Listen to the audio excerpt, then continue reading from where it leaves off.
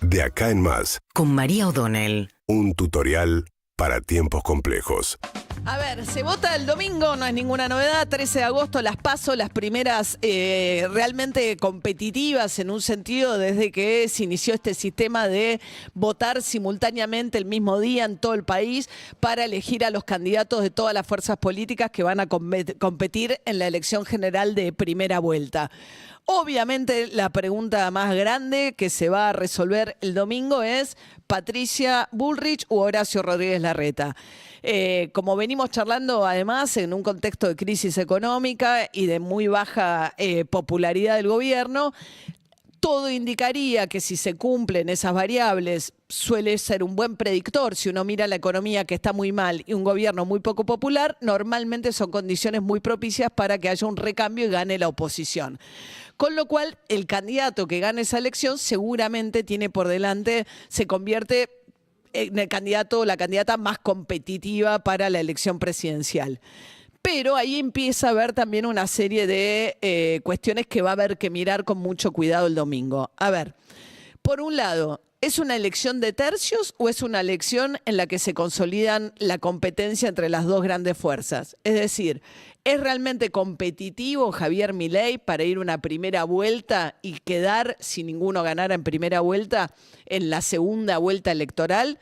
Bueno, las encuestas sí sirven de algo porque la verdad que fallan mucho, nadie se confía, ni siquiera los que las encargan últimamente se confían en las encuestas, pero si él estuviera más, si efectivamente la candidatura de Milei se pinchó, si efectivamente cae debajo de los 20 puntos, si está más cerca de 15, bueno, deja de ser competitivo Javier Milei y el resto de los votantes se deberían concentrar entre el oficialismo, el panperonismo y Juntos por el Cambio. Ahora, eso podría cambiar si Patricia Bullrich pierde la interna contra Horacio Rodríguez Larreta.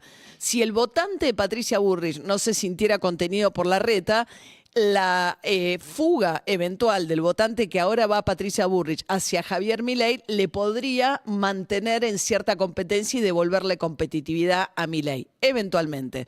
Si gana Patricia Bullrich, da la sensación de que tiene poco margen para crecer Javier Milei. Luego, la pregunta está entre Patricia Bullrich y Horacio Rodríguez Larreta. Si Larreta gana la elección y va a una elección general contra Massa, bueno, en el kirchnerismo, masismo, lo que fuere, lo que dicen es que prefieren como contendiente a Patricia Bullrich, porque les parece que es una discusión más clara, donde aparece un extremo y le permitiría, creen ellos, a Massa ir a buscar un voto moderado, no tan antiperonista, que quizás ahora en la interna se inclina por Horacio Rodríguez Larreta. Es raro pensar que alguien pueda votar en la primaria a Larreta y después a Massa, pero es una pregunta. En todo caso, es claro que es una discusión más cómoda para alguien que está además a cargo del Ministerio de Economía con 100% de inflación anual, pero así todo es más cómoda la discusión o sería más cómoda para Massa pensando en una segunda vuelta electoral.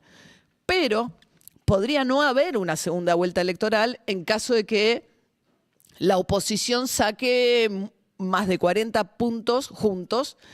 Porque recordemos que el balotaje en Argentina no es 50% de los votos. Se va a un balotaje en caso de que si alguien saca más de 40%, entre 40 y 45, y 10 puntos de ventaja respecto de la segunda fuerza más votada, gana en primera vuelta. Si Patricia Bullrich y Horacio Rodríguez Larreta sacaran cerca de 20 puntos cada uno y juntos sacan más de 40 o sacan cerca de 40, si el ganador de ellos dos logra mantener la unidad, podría, o mantener ese caudal de votos, podría ganar en primera vuelta. Entonces, otra de las cosas a mirar es cuál es el porcentaje que sacan en forma conjunta Larreta y Patricia Bullrich para pensar si eso puede resolverse en una primera vuelta electoral. ¿Y esto de qué depende también? Bueno, depende mucho de hasta dónde llegue Massa. Massa tiene una situación muy dificultosa en términos de salir a buscar sobre todo el voto del desencantado, porque otra cosa es la participación. A mayor participación, más chances sienten que tienen Massa y Larreta. Porque el votante que está enojado, que está indignado, que tiene el grado de bronca, que es canalizar el voto a través de Milei, e incluso opciones más radicales, como radicalizadas, como la de Patricia, ese votante se supone que es el que contesta encuestas, el que ve los programas de televisión y el que va a votar.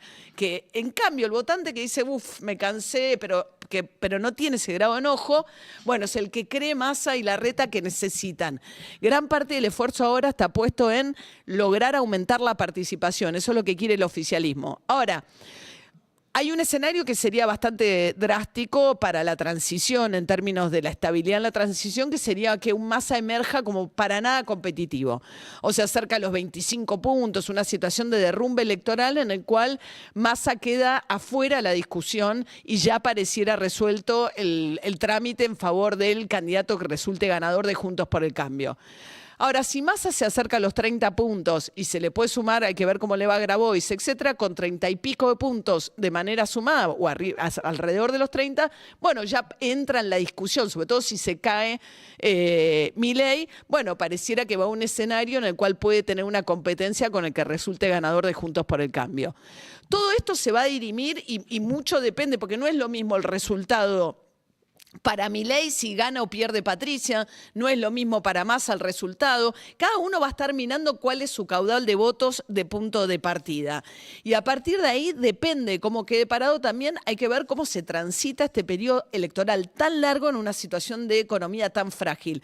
Porque si hay quienes dicen, bueno, si ya queda claro que gana Juntos por el Cambio, las cosas se alinean de tal manera que no es tan incierto el escenario, no se le va a sumar incertidumbre política a la economía. Otros que dicen, no, al contrario. Bueno, hay que ver. El 13 a la noche va a ser hasta muy tarde, porque hay más de 50 boletas en la provincia de Buenos Aires, porque hay 2 sistemas de votación en la ciudad de Buenos Aires. En la ciudad, además, Macri se juega un partido importantísimo, imponiendo a su primo Jorge Macri como candidato. Lleva 16 años de gobierno el PRO en la ciudad de Buenos Aires. Hay que ver si Jorge Macri logra eventualmente ganarle la interna a Martín Lustó e imponerse como sucesor en lo que es la cuna, el nacimiento del PRO, un partido que fue tan exitoso a nivel nacional en términos de su construcción política que hoy se comió al radicalismo y el radicalismo no tiene candidatos propios, se tuvo que conformar con llevar candidatos a la vicepresidencia y un poco son medio espectadores de la interna del PRO, que es la que va a resolver además qué sector del radicalismo además resulta triunfador en esta interna. Y después, ¿cómo se va a presentar el resultado? El candidato individualmente más votado. Bueno, tiene chances de ser Massa, si se saca un 20 y pico % de los votos. Individualmente. Ahora, la fuerza política más votada y lo más probable es que sea Juntos por el Cambio. Esas son las preguntas también de este 13 de agosto, domingo, que básicamente van a generar, salvo que haya grandes sorpresas y las cartas queden muy abajo, pero van a generar las expectativas para el punto de largada de la elección presidencial.